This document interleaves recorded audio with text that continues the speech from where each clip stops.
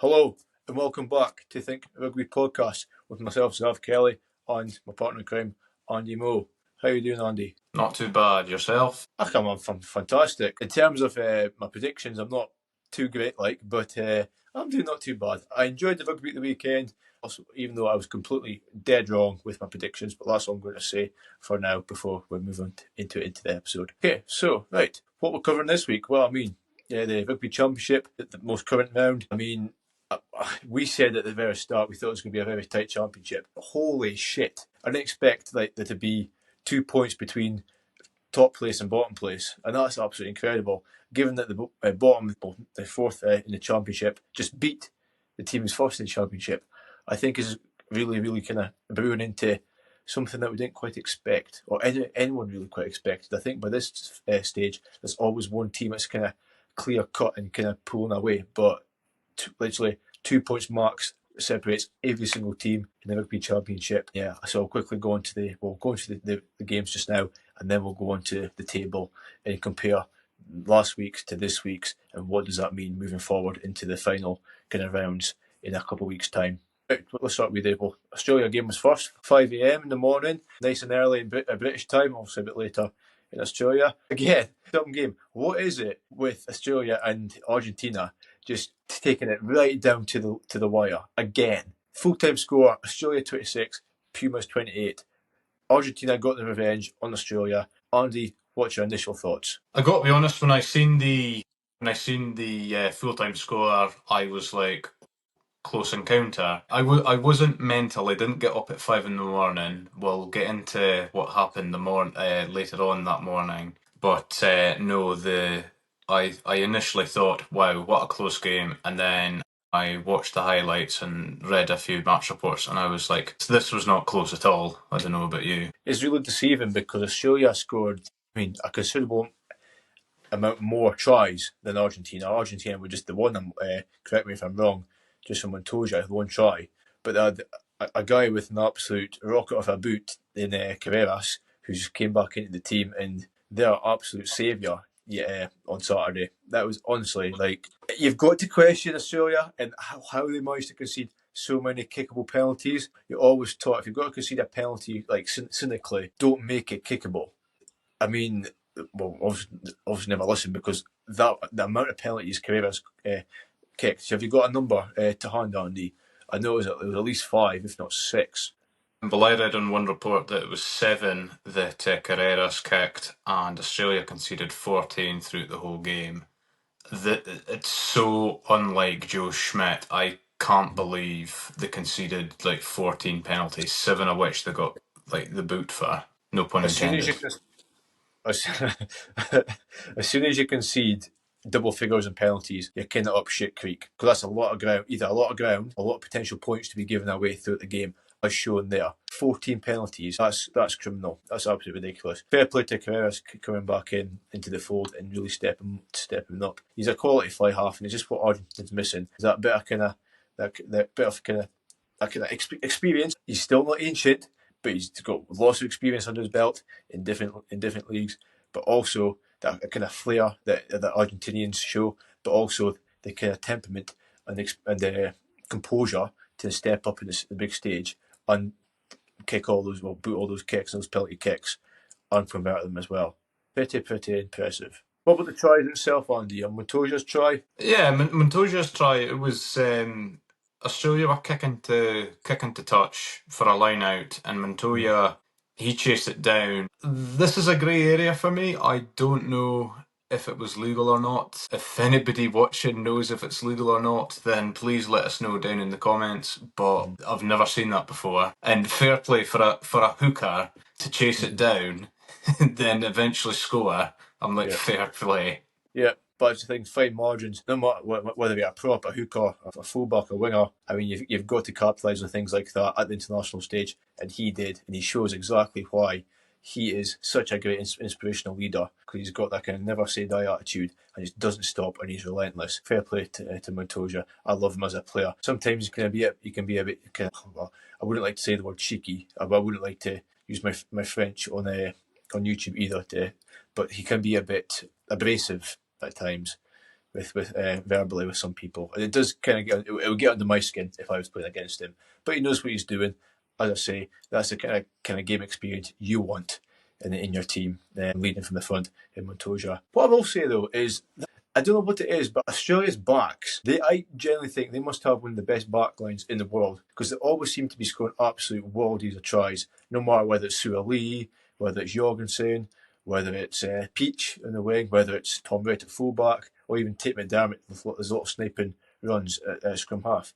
They always seem to be able to be doing scoring some sort of kind of expansive kind of try, and a lot of it is eyes of rugby in a way. It's not really kind of orchestrated in a formation and a system like you see like Ireland doing the Andy Farrell system. It's a lot of it is kind of heads up, which is refreshing if you like. And that's why I'm very glad that they're actually top of the championship. Australia's due a bit of luck. Look, like we always say, the World Cup's coming up. If they manage to get resolved in this rugby championship, oh my goodness, it's going to be exciting come World Cup time. They're currently top. They've got the All Blacks to play in the next two rounds. Who knows what's going to happen, especially with the All Blacks, how they performed last week. Well, how All Blacks performed or how the Box performed. That is the question. I think we've got pretty similar views on that game, which we'll get onto it just now. Why not? All Blacks 10, the Box 43. I didn't see that coming whatsoever. Holy shit, Andy. What was your initial thoughts like as it was unfolding in the game? Did you ever think the All Blacks would come back into it, or was it just think, nah, this is it, just gone?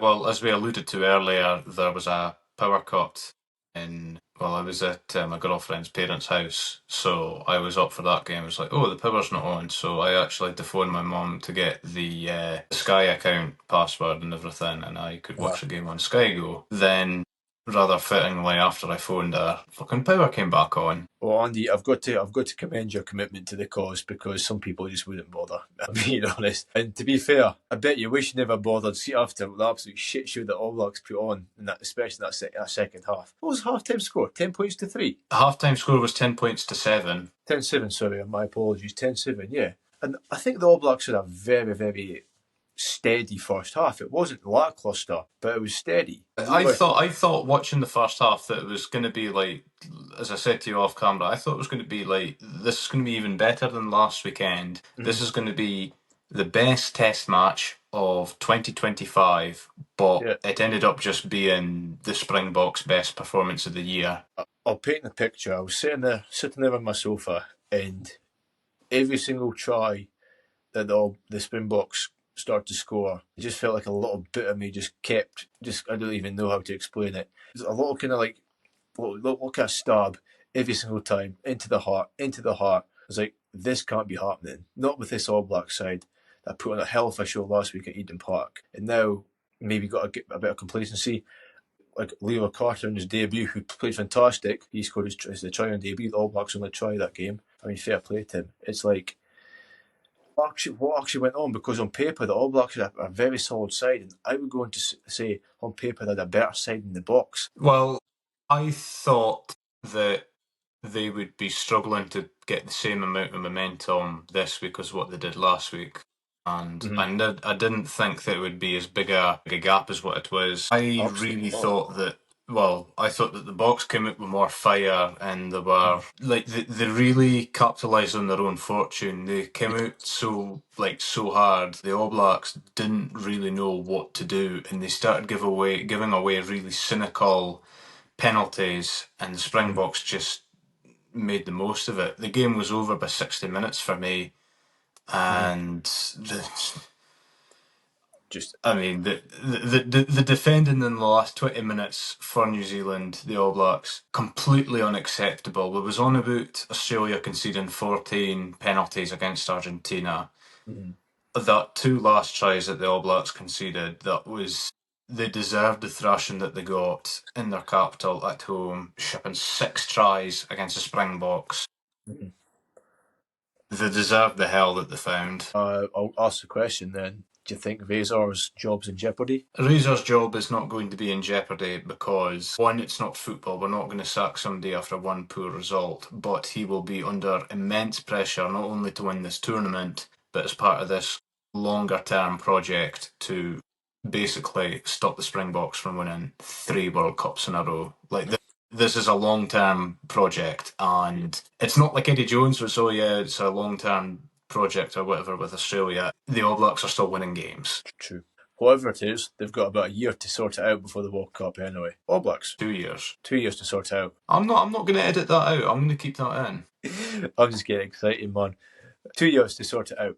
Plenty of time, enough time. Like I say, like Levi Carter, I feel awful I've forgotten the scrimmer's name. Made his starting debut. He came off the bench there a couple of weeks back, but he made his starting debut. And you know what? I think he did pretty well. Again, some good talent. And Finlay Christie coming off the bench as well. And again, Finlay Christie seemed to do all right given the circumstances. I wasn't impressed with Barrett, and I mean, whether or not Barrett manages to last another Rugby World Cup is kind of up in the air, up to debate. He's in 140 tests now for the All Blacks. He's getting a little bit on. A lot of his tries and a lot of his play came up from a lot from his pace, if you like, breaking the line due to his pace. Are there signs that he's starting to slow down? He's, like I say, you get slower every year after the age of 30, really, especially in that kind of high pressure, high environment. Is he starting to slow down, and is his game not what it used to be because of it? I'm not sure about the slowing down part, but nobody is better than him at reading a game and a game line. And with the exception of maybe his brother Geordie and maybe Will Jordan, nobody's able to kind of take the game by the scruff of the neck and go on like a line break and run or anything. I can't see that from any of the other backs. Daymark, he's on a hide into nothing. He's not on the same level as Beauden Barrett, and I think that's been made clear. And this is after me defending him last year as no, you need to give the guy a chance. No, he's not in the same. There are leagues. Barrett is here, Beauden Barrett, and Daymark is just there. What I will say is, though, remember a few weeks ago, re-signing of Richie Mwanga was announced, and I think he's maybe the answer that halfback position.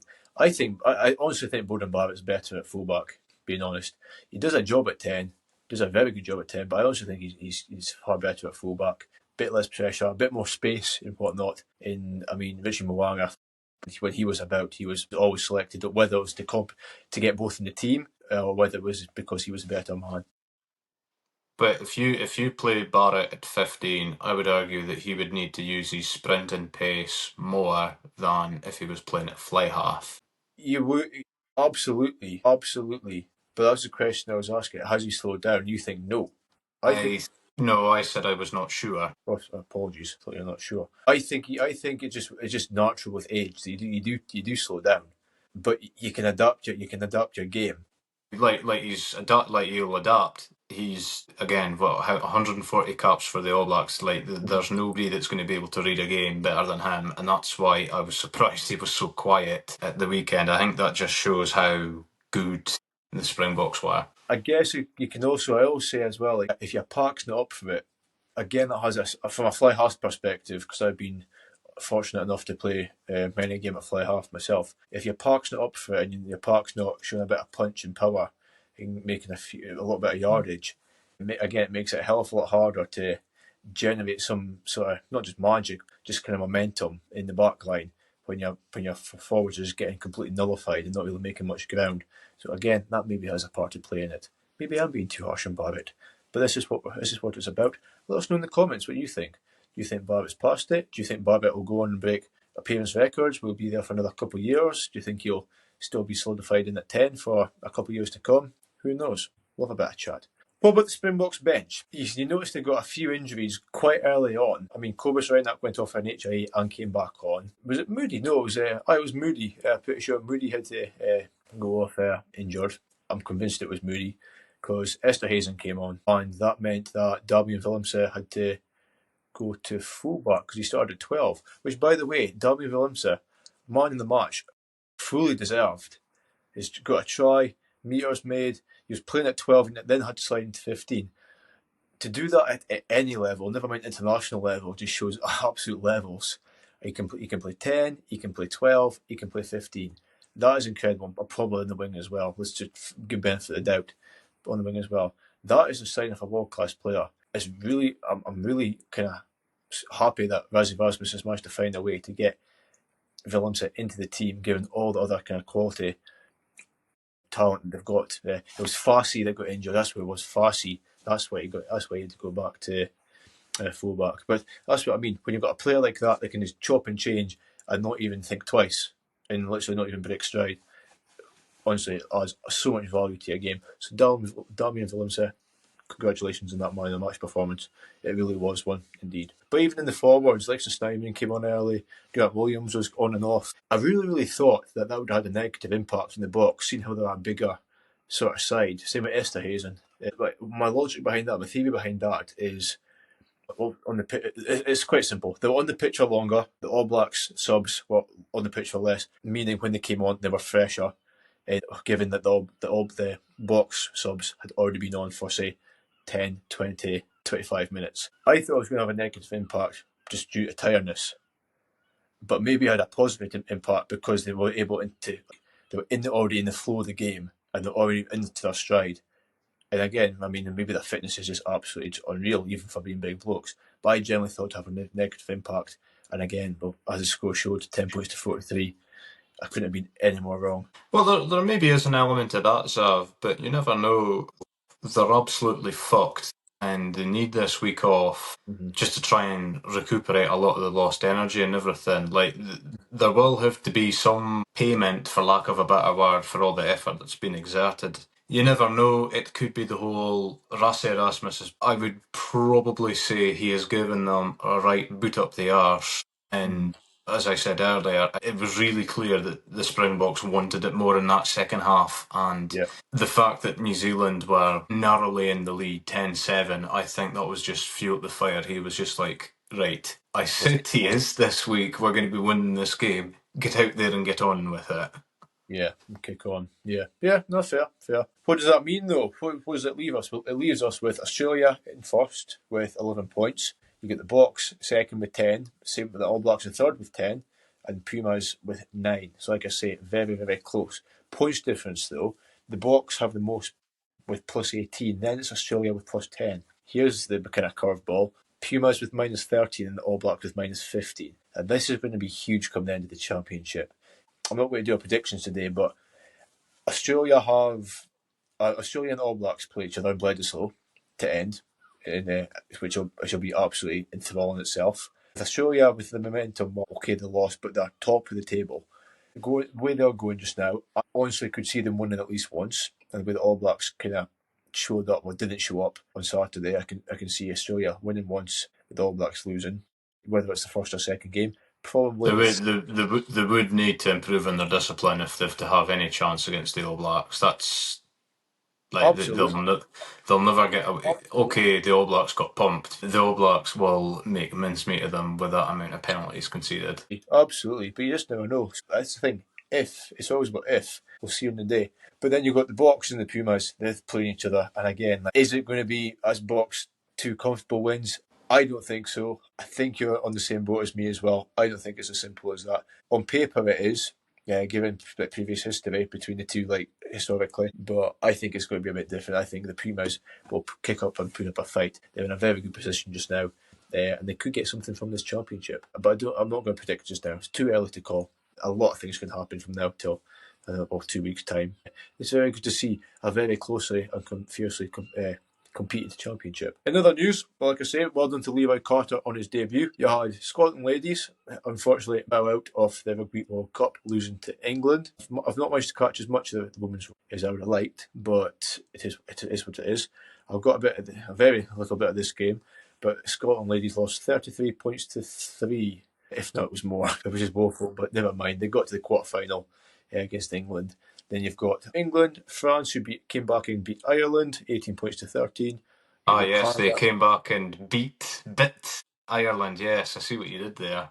Bit Ireland, yeah. Yes, a bit of controversy. A lot of controversy.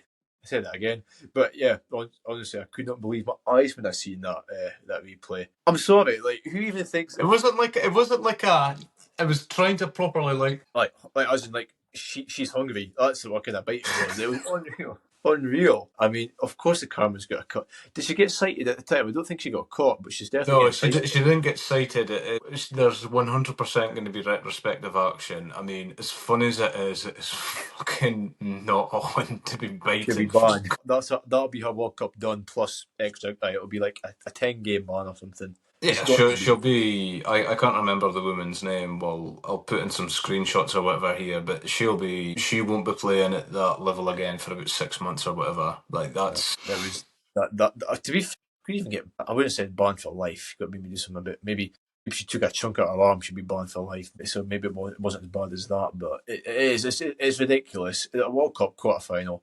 Why are you doing stupid shit like that? It's bonkers. But anyway, so you got England, France, you got Canada, and the All Blacks all in the semi-finals. Who's playing who? I don't know yet. I can look that up later on. For the time being, I have no idea. Here's the one that we kind of discussed off camera. Danny Wilson leaving Harlequins to join the WRU, to join the coaching staff at Wales. What the hell? That's the last thing I hadn't seen coming. At the start of the season as well. What's he playing at? I mean, I usually say it, but money talks. Does that spring to mind, maybe? Well, that's fair enough, but I can't fathom how. We have talked quite a lot about how good Franco Smith has been for Glasgow. He has worked wonders there. Yep. You consider, I think it was, although we have been a bit critical of Glasgow in their form against Leinster, the last season that Danny Wilson was in charge of Glasgow, they shipped about 70 points to Leinster. Unacceptable amount to ship at the level that it is. I kind of feel like Danny Wilson's one of these guys who's got that much like weight to his name. It's like, oh well, it happened at Glasgow. Don't worry about it. We'll look after you. I definitely feel he's not as good a coach as what other folk maybe think that he is. I think he's got a lot of pals in good places, that sort of thing. Yeah, I get you. Says who you know, what not what you know. Yeah, seems to be the way sometimes. I mean, our own nation kind of can show that as well. If you say the right words, and you're mates with the right people, then you can be grouped in 2 Rugby World Cups and still keep your job for almost what will be up to 10 years before the contract runs out. Maybe another story for another day. Actually, Andy Mo's podcast, you touching that on your podcast you just released? Yes.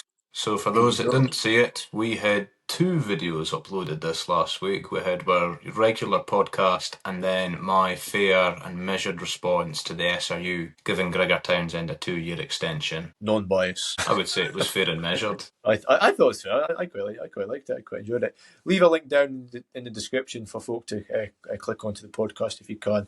So I really appreciate listening to those ones. A little bit different to what we usually do. And also, last thing to finish on, Louis Rees-Zammit making his debut again for the Bristol Bears in pre-season, and it was very. Let's just say it wasn't very lacklustre. I'm going to interject here, Zav. Nobody gives a fuck about pre-season friendlies, and all that Louis Rees-Zammit has done lately is play with Lego on Instagram. What the ladies and gentlemen, I was going to say millions, tens of listeners, not just tens of people, will only have 91 subs. What everybody is wondering is, when are you going to upload your forfeit? When it's ready. There you have it, folks. I don't have a better answer for you. Right, we'll call it a day there. Thank you very much for tuning in. Rugby's coming, the season's coming. You've got the URC, you've got the Gallagher Premiership, you've got the French top 14 all coming That's up. already kicked off. Is it? You're right, Yeah. actually, you're right. You've seen some wonderful trousers already, actually. Mainly from Fijians, which is no surprise whatsoever. But there you go. Rugby's coming thick and fast, and I cannot wait. And we'll get plenty more content up for you guys in the future. Right, guys, give us your predictions, the Rugby Championship, your thoughts down in the comments below. What you think is going to happen? Whether you think the All Blacks were absolutely awful, or whether you think the Box was just too strong. And I think anyone with half a brain could answer that one. But nevertheless, get stuck in the comments. Follow us on Twitter, Andy Moore and the Think Rugby podcast. Subscribe here.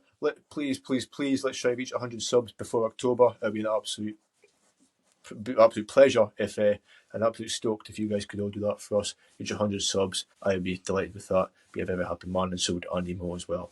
Okay, that's all from me. That's all from Andy. That's all from me. Lovely. Right, see you in the next episode. Thank you very much. Bye-bye, boys.